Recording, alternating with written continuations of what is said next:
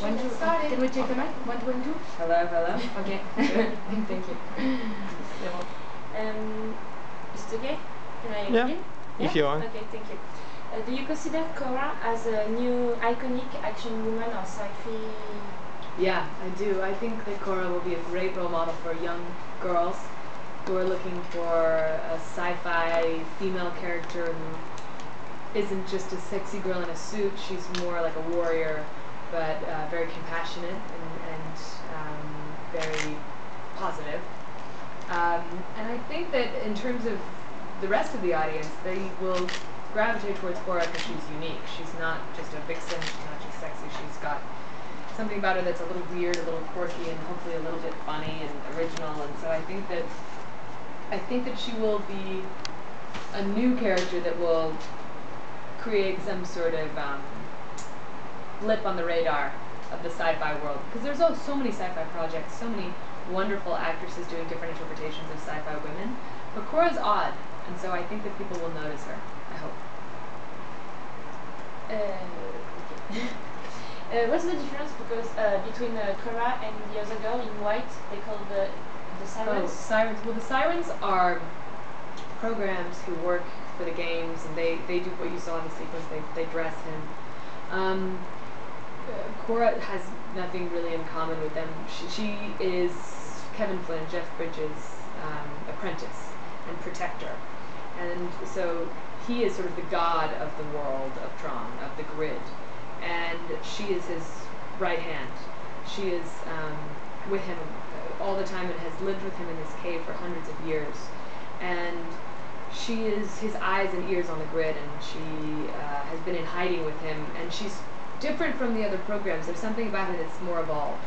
She's learned so much from Kevin Flynn that she knows much more about the world outside, and she's much more human-like. She never interacts with that character that you're talking about, but they're sort of different types of programs. Was it difficult to play a program? It was interesting to think about what would make a program different from a human, because as far as they're concerned, they are normal and the users are like gods. And so I didn't try to think about what she didn't do. I thought about how it made her more interesting. You know, it's like I think she still has emotions, she still feels love, and she still feels loss, and she still feels pain, but she lives in a world without the sun, without literature,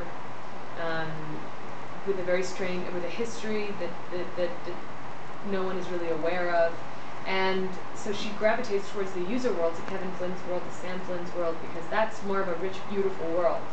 And so the message of the film is that we can't get lost in technology, because our world is the more rich, beautiful world.